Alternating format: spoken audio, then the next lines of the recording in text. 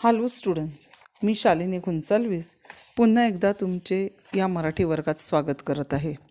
विद्यार्थ्यांनो, तुमच्या Marathi पाठ्यपुस्तकातील lesson number 8 गिर्यारोहणाचा अनुभव हा पाठ जरी सिलेबसमधून वगळण्यात आला तरी या पाठाखाली ग्रामर सेक्शनमध्ये व्याकरणामध्ये इथे पत्रलेखन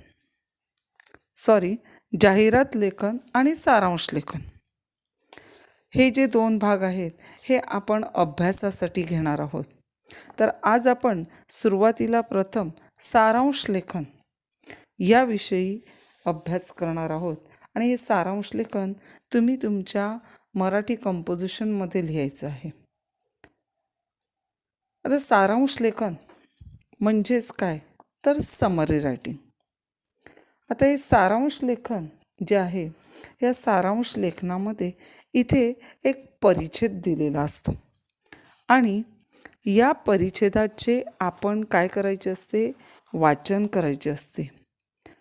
तो उतारा किंवा तो परिच्छेद काळजीपूर्वक वाचावा आणि त्याच्यातील मुख्य मुद्दे जे आहेत किंवा उपमुद्दे जे आहेत हे लक्षात घेणे गरजेचे आहे किंवा त्या परिच्छेदामध्ये काय स्पष्ट केलेले आहे हे लक्षात घेणे गरजेचे आहे आणि मग त्याच्यावर हे सारांश लेखन करणे आवश्यक आहे.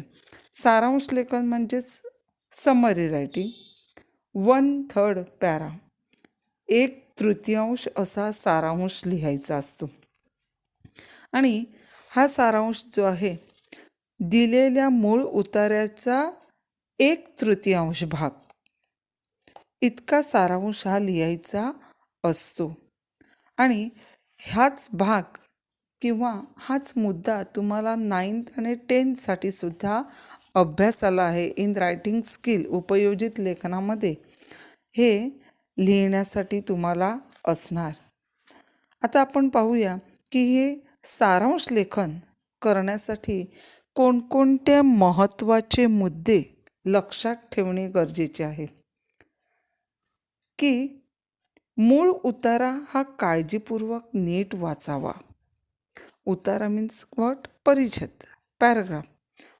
की जो काही परिच्छेद दिलेला आहे, whatever paragraph it is given, you have to read 2-3 times, then only you will understood. की तुम्ही तो वाचावा, काळजीपूर्वक वाचावा, म्हणजे त्याच्यामध्ये तुम्हाला काय विचारले आहे हे तुम्हाला समजणार. सेकंड पॉईंट जो आहे की मूळ उतार्यातील उदाहरणे मीन्स एक्झाम्पल, काही दाखले आणि अलंकारिक अशी वर्णने किंवा वाक्ये सारांश करताना घेऊ नयेत.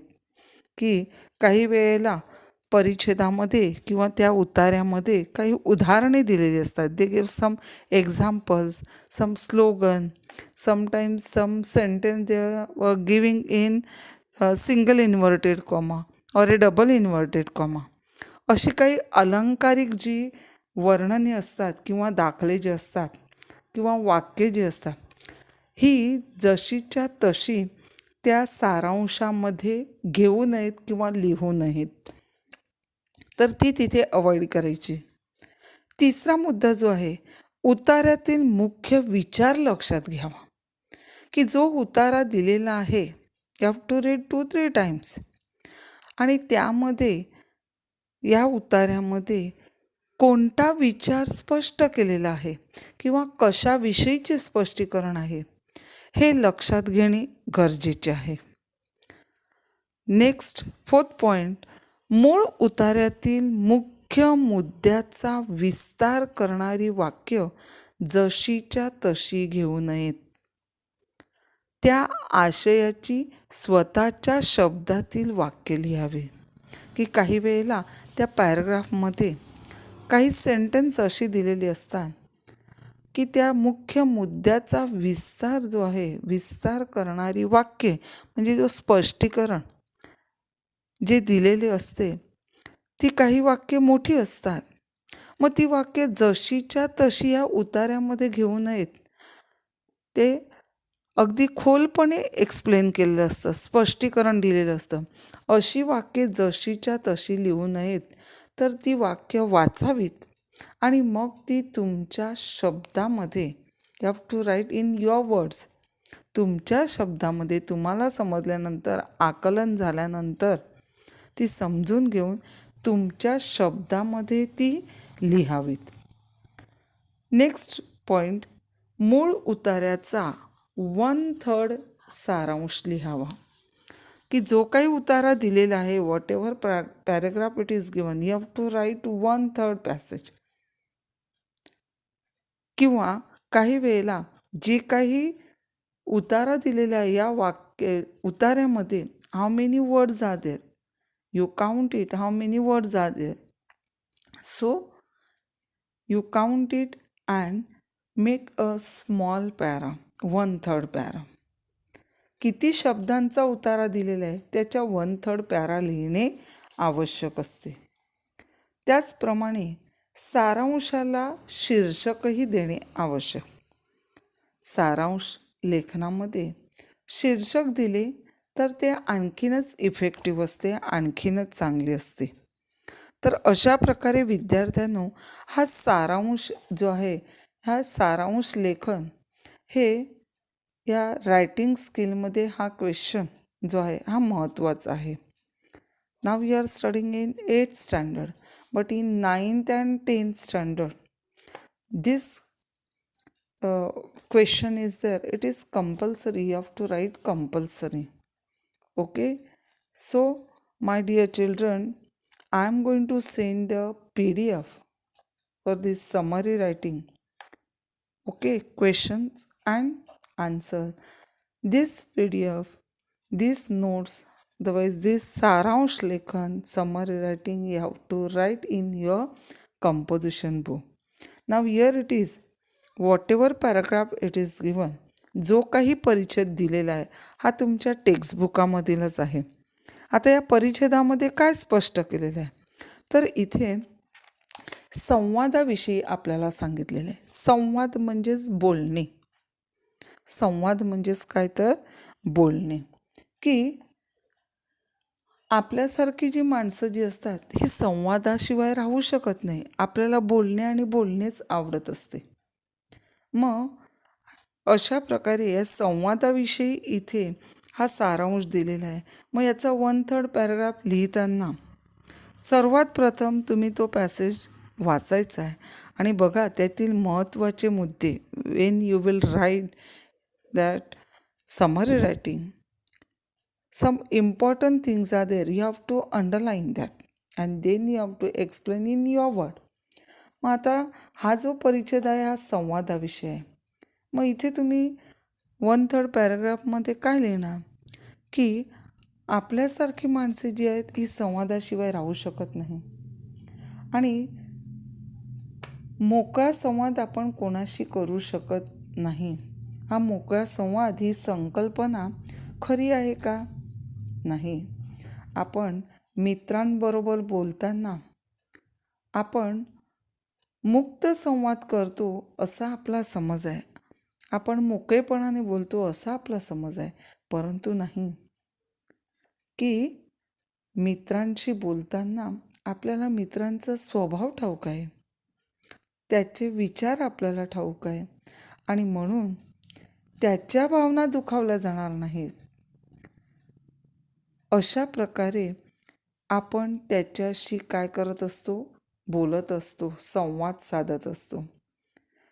किंवा आपल्या बोलण्यामुळे काही मतभेद होतील अशा गोष्टी टाळणे गरजेचे आणि हेच आपण या सारांश लेखनामध्ये लिहायचं आहे. Okay. So I am going to send a PDF.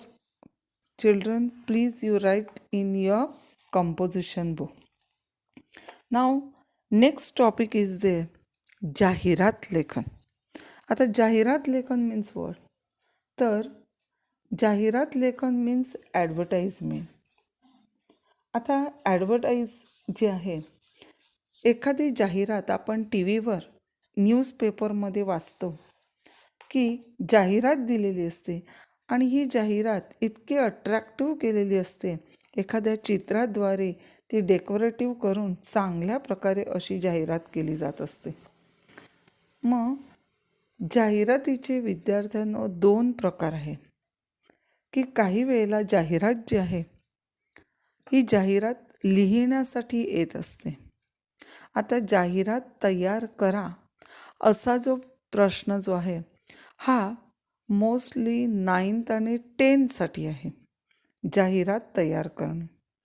मग एखाद्या शब्दावरून जाहिरात बनवणे किंवा एखादा विषय दिलेला आहे त्या विषयाला अनुसरून ती जाहिरात बनवणे. आणि दुसरा प्रकार जो आहे, दुसरा प्रकार म्हणजेच तुम्हाला जाहिरात दिली जाते आणि त्या जाहिरातीवरून ती जाहिराती वाचायची, ज्या काही गोष्टी त्यामध्ये दिल्या आहेत त्या वाचायच्या आणि मग त्यावरून दिलेल्या प्रश्नांची उत्तरे तुम्ही सोडवायची. ह्या टाईपची जाहिरात जी आहे ही जाहिरात तुम्हाला आता या 8वीसाठी 8वीच्या अभ्यासक्रमामध्ये आहे, की जाहिरातीवरून काय करणे, प्रश्न सोडवणे किंवा विषय देऊन जाहिरात लेखन विचारले जाईल. आता जाहिरातीचा प्रश्न जो आहे हा कृतीयुक्त स्वरूपात दिला जाईल.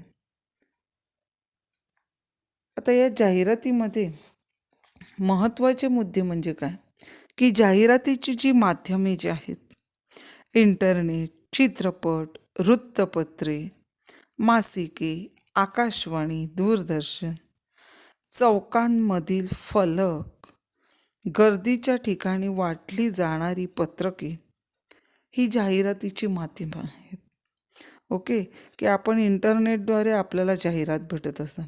एखाद्या चित्रपटामध्ये, वृत्तपत्रे मीन्स न्यूजपेपर, तर अशी ही जाहिरातीचे सर्व काय आहेत, माध्यमे. आता जाहिरातीवरील कृती म्हणजेच प्रश्न सोडवावेत. आता हे प्रश्न सोडवताना कोणती काळजी घ्या, की तुम्हाला एक जाहिरात दिली जाईल, ती जाहिरात नीटपणे काळजीपूर्वक वाचणे हे गरजेचे आहे. त्यामध्ये काय काय दिलेले आहे, काय विचारले आहे, की जाहिरात नेमकी कशाची आहे, कोणाविषयी आहे आणि इथे ही जाहिरात कशा प्रकारे त्यांनी दिलेली आहे, हे सर्व मुद्दे लक्षात घेणे गरजेचे.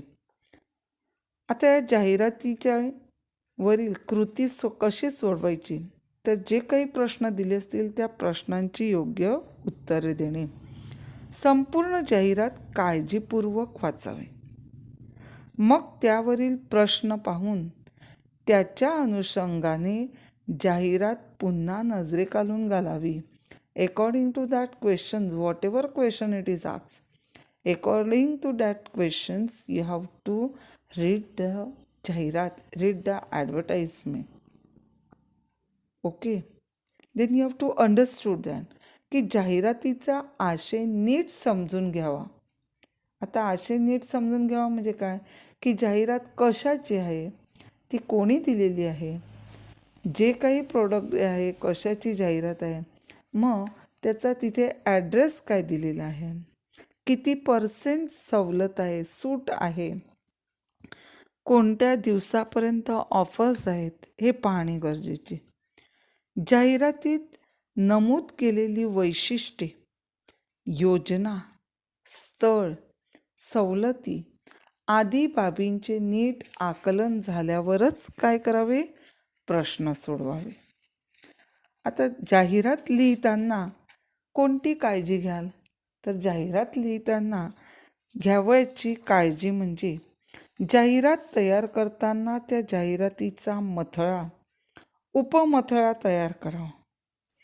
त्यासाठी सुभाषिते, सुवचने, सुप्रसिद्ध कवितेतल्या वा गाण्यातल्या ओळी, काव्यमयतेचा आभास निर्माण करणाऱ्या ओळी, लोकांमध्ये विशेष लोकप्रिय असलेले शब्दप्रयोग इत्यादींचा उपयोग करता येतो. की ही जाहिरात जी आहे, जाहिरातीचा एक मथळा तयार करणे, की जाहिरात लिहिताना त्यामध्ये काही सुभाषिते, सुवचने have to use the slogan or some poetry sentence. Means that advertisement will become a attractive. Okay. Now next point. जाहिरात नेहमी कमीत कमी शब्दात असावी. Not to write a brief answer. You have to दुसरा मुद्दा की जाहिरात नेहमी कमीत कमी शब्दात असावी. नेक्स्ट, जाहिरातीची भाषा साधी सोपी पण वेधक असावी. व्यवहारातील भाषा वापरली तरी चालेल. You have to use a simple sentence, simple and sober language. Next, भाषा क्लिष्ट, किचकट, बुद्धीला ताण द्यायला लावणारी नसावी. की भाषा जी आहे यामध्ये किचकटपणा means what, not to use hard word, अगदी स्पष्टपणे, आणि बुद्धीला ताण देणारी नसावी. समाजातील प्रचलित संकेत, लोकभावना यांना धक्का देणारी भाषा नसावी. की जाहिरात बनवताना त्यामध्ये लोकांच्या भावना दुखावल्या जाणार नाहीत, लोकभावना जी आहे त्याला धक्का देणारी अशी भाषा वापरू नये, तर प्रेमळपणे, अगदी प्रभावीपणे अशी भाषा वापरावी. काव्याचा आभास निर्माण करणारी लयबद्ध शब्दरचना जाहिरात आकर्षक बनवते. Same points I explained that you have to use some poetry sentence or use a slogans. Okay. तर असा काव्याचा आभास निर्माण करणारी सुद्धा लयबद्ध अशी भाषा आपण वापरू शकतो. त्याद्वारे ती ॲडव्हर्टाईज आणखीनच अट्रॅक्टिव्ह बनू शकते. विनोदाची पखरण करता आल्यास अतिउत्तम. काही विनोदी अशी सेंटेन्स यूज केली तर अतिउत्तम. जाहिरातीमध्ये पत्ता लिहिणे, ॲड्रेस लिहिणे सुद्धा काय असते, महत्त्वाचे असते. आणि जाहिरात लेखनामध्ये चित्र काढणे किंवा चित्रासारखी सजावट करणे हे कंपल्सरी नाही, अपेक्षित नाही. जर तुम्हाला चित्रांची आवश्यकता असेल तर तिथे तुम्ही चित्र काढू शकता, परंतु it is not a compulsory. तर अशा प्रकारे ही जाहिरात बनवली जाते. आणि या जाहिराती बनवताना आपण काळजी घ्यायची की नीटपणे ती जाहिरात ही डेकोरेटिव्ह झालेली पाहिजे, किंवा तिथे चित्रांचीच आवश्यकता नाही, तर काही ठराविक जे मुद्दे जे आहेत हे व्यवस्थितपणे लिहिणे गरजेचे. आता इथे सुद्धा या जाहिरातीची मी PDF पाठवणार आहे. This advertisement, this composition also you have to write in your composition book. Okay. Thank you children.